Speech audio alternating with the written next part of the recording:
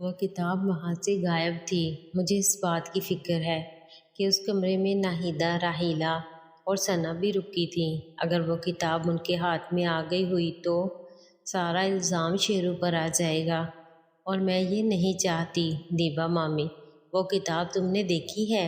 مائرہ مامی: اس کا مطلب ہے آپ نے بھی دیکھی ہے، تو کیا وہ آپ کے پاس ہے؟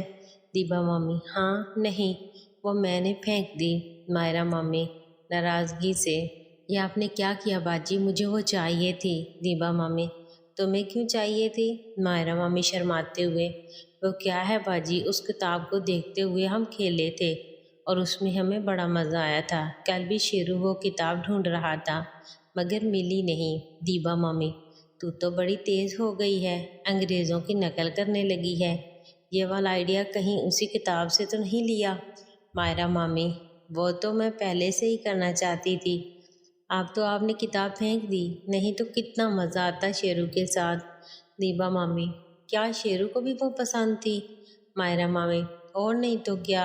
دیبا مامی: اچھا، میں نے جھوٹ کہا تھا، وہ کتاب میرے پاس ہی ہے، میں نے چھپا لی تھی۔ اس کتاب کے علاوہ مجھے اور بھی سامان اس کے بیگ میں سے ملا تھا، وہ بھی میں نے رکھا ہے۔ مائرہ مامی: سچ میں؟ آپ مجھے لا کر دکھائیں وہ سامان۔ دیبا مامی: میں ابھی لاتی ہوں۔ دیبا مامی جلدی سے اپنے کمرے میں گئی اور وہ سب کچھ لے آئی۔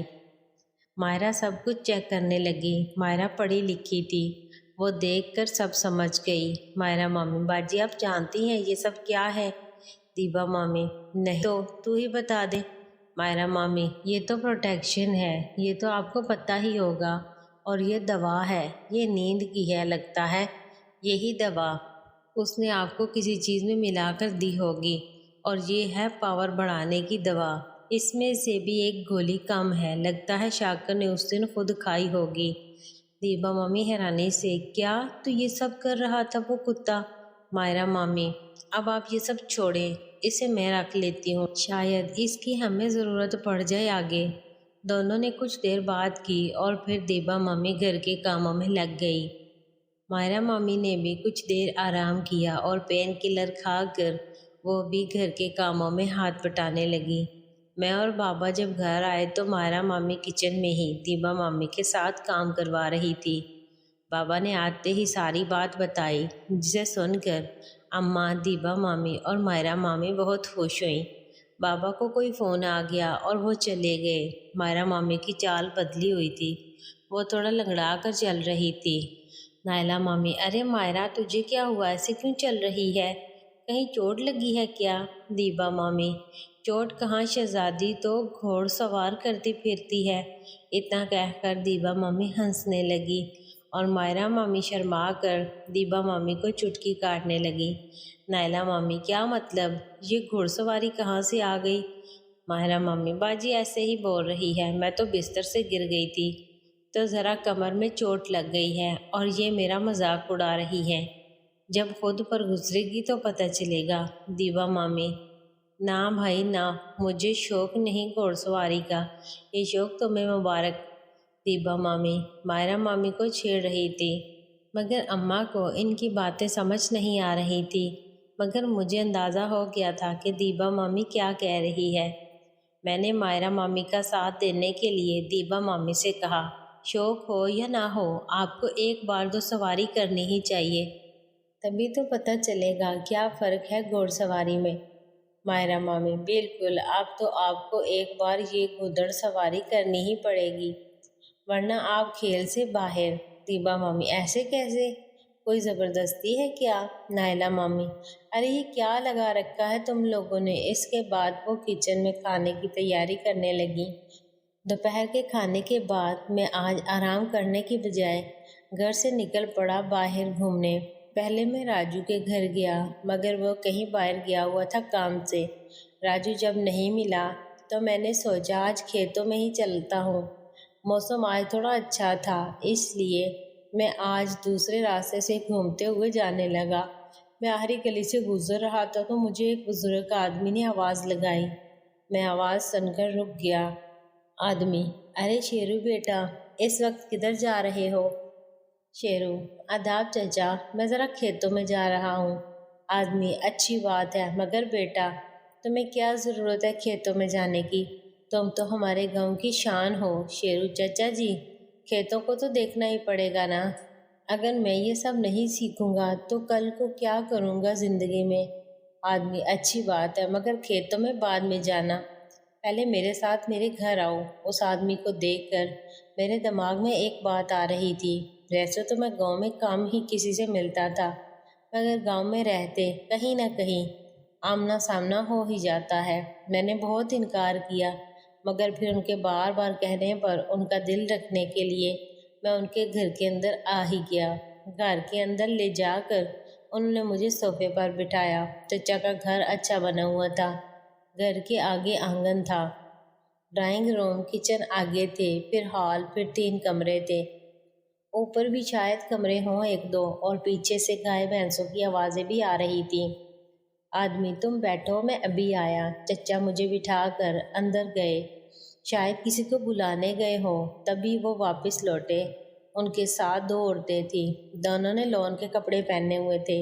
ایک تو ان کی بیوی تھی جس کی عمر 50 کے لگ بھگ ہوگی، اور دوسری شاید ان کی بہو تھی جس کا چہرہ دوپٹے میں چھپا ہوا تھا۔ بیٹا یہ ہے میری بیوی، تمہاری چچی۔ میں آگے بڑھ کر ان کے آگے سر جھکا کر ان سے ملا، اور انہوں نے بھی مجھے نیک تمنائیں دیں۔ آدمی یہ ہے ہماری بہو، تمہاری بھابھی تنزیلہ۔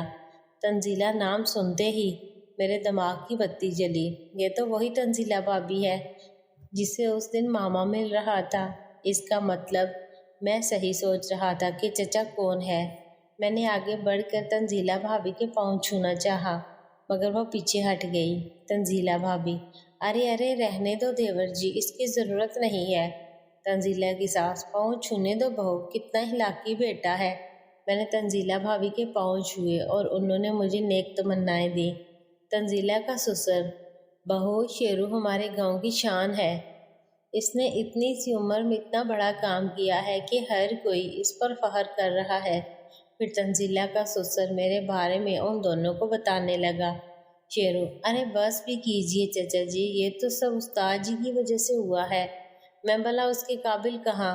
تنزیلہ کا سسر بیٹا ہیرے کو خود اپنی قیمت نہیں پتہ ہوتی، تم کیا ہو یہ ہم جانتے ہیں۔ تنزیلہ کی ساس نے اس سے کچھ کہا اور وہ کچن میں چلی گئی۔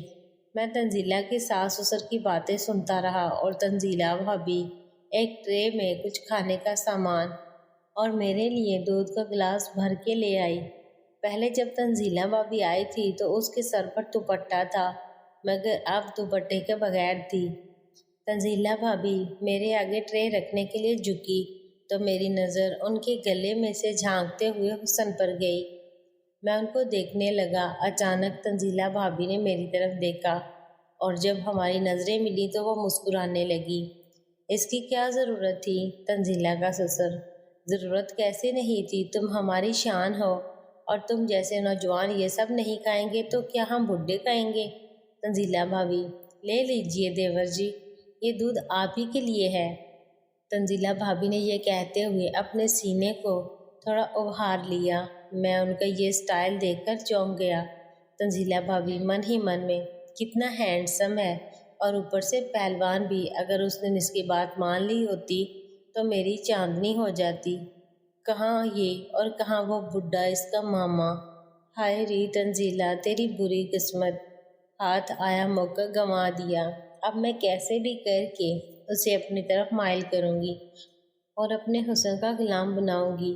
یہ تو جب چاہے گھر بھی آ سکتا ہے، کوئی شک بھی نہیں کرے گا، اور میری بھی پیاس بجھتی رہے گی۔ میں اسے کیسے بھی کر کے اپنے حسن کے جال میں پھنساؤں گی۔ تنزیلہ کا سسر بیٹا تم میری ایک بات مانو گے؟